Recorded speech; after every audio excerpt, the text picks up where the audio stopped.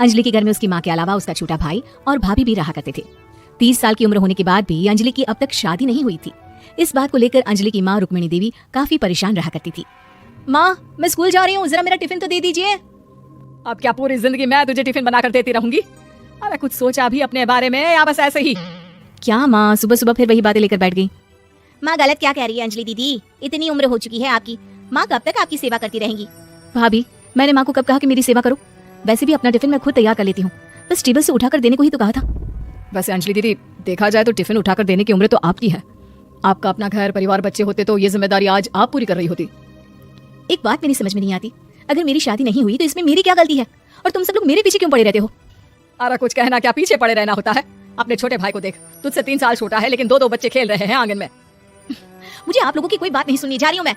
और आप में से किसी को मेरा कोई काम करने की जरूरत नहीं है, मैं खुद संभालूंगी। इतना कहकर अंजलि वहां से चली जाती है। शाम को जब अंजलि अपने स्कूल से लौटकर घर वापस आती है तो उसने देखा कि पड़ोस वाली निर्मला चाची वहां पर बैठी हुई थी। क्या बात है अंजलि बिटिया, नौकरी करके वापस आ गई? जी चाची जी, कैसी हैं आप? मैं तो ठीक हूँ बेटा, तुम बताओ शादी के बारे में कुछ सोचा या नहीं? अरे रहने दीजिए ना, इससे तो शादी की बात करना ही बेकार है। कुछ भी कहो तो गुस्सा करती है, बात बात पर आंखें दिखाती है। माँ, आप ऐसा क्यों कह रही है? मैंने कब आप पर गुस्सा किया?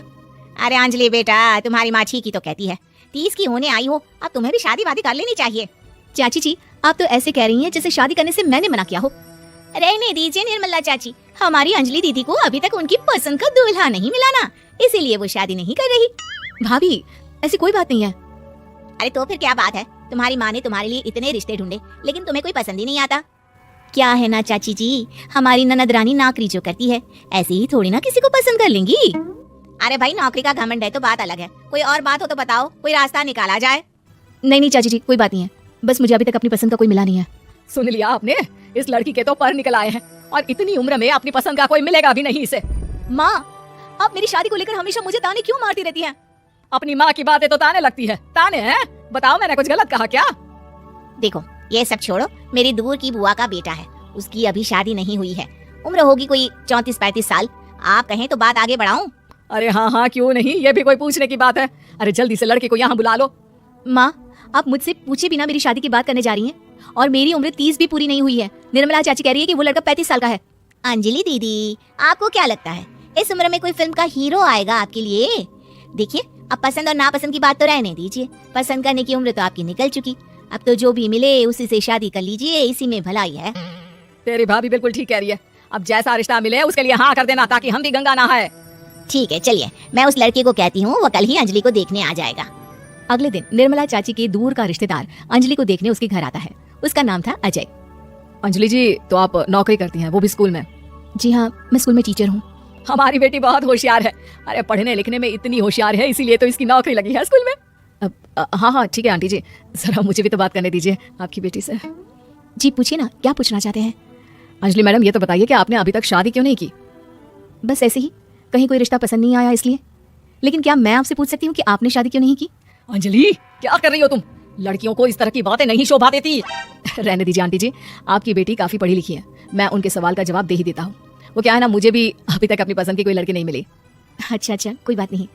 वैसे आपकी तनख्वाह कितनी है, कितना कमा लेती है महीने का? जी यही कोई 25,000 महीने। बस 25,000? इतने से क्या होता है? इतने से तो आजकल घर भी नहीं चलता। आपके कहने का क्या मतलब है? अरे मैं तो ये सोचकर आया था कि नौकरी वाली लड़की है, आराम से 40,000 कमाती होगी। माफ कीजिएगा, आपका और मेरा रिश्ता नहीं हो सकता। जी कोई बात नहीं, मुझे भी आपके साथ शादी करने में कोई इंटरेस्ट नहीं है। अंजलि, किस तरह की बात कर रही हो? घर आए रिश्ते को ठुकरा रही हो तुम। दीदी, अब इस उम्र में आपको इतनी अकड़ नहीं दिखानी चाहिए। अच्छा खासा रिश्ता हाथ से निकल गया, कहीं ऐसा ना हो कि जिंदगी भर कुंवारी ही रह जाओ आप। कुछ दिन और ऐसे ही निकल जाते हैं और अंजलि की शादी कभी नहीं होती। अंजलि के परिवार वाले बिंदास उसे ताने मारते रहते हैं, लेकिन अंजलि एक बड़ी नौकरी की तैयारी करती है और उसमें सिलेक्ट होने के बाद अंजलि को एक बहुत बड़ी नौकरी मिल जाती है। अब तो दीदी के नखरे और भी ज्यादा बढ़ जाएंगे भाई, अब तो इतनी बड़ी नौकरी जो लगी है, अब इनकी शादी होने से रही। माँ, मुझे नौकरी के लिए दूसरे शहर जाना पड़ेगा। आप जानती हैं ये बहुत बड़ी जॉब है और इसमें पैसे भी बहुत ज्यादा मिलेंगे। अच्छा, कितने पैसे मिलेंगे बेटा? माँ, मुझे हर महीने 90,000 सैलरी मिलेगी। क्या? अरे वाह वाह, ये तो बहुत अच्छी बात है। लेकिन फायदा क्या? कितने भी पैसे मिले, शादी तो हुई नहीं ना तुम्हारी। अंजलि नौकरी करने के लिए दूसरे शहर में चली जाती है और जब कुछ महीनों के बाद वो वापस घर आती है तो उसे अपने पति के साथ देखकर उसके घर वाले हैरान रह जाते हैं। अरे अंजलि, तूने शादी कर ली और हमें बताया तक नहीं? और दामाद जी करते क्या है? इतनी बड़ी कार है उनकी। माँ मैं आपको सब कुछ बताना चाहती थी, लेकिन आप सबकी ताने सुनकर बहुत दुखी हो गई थी।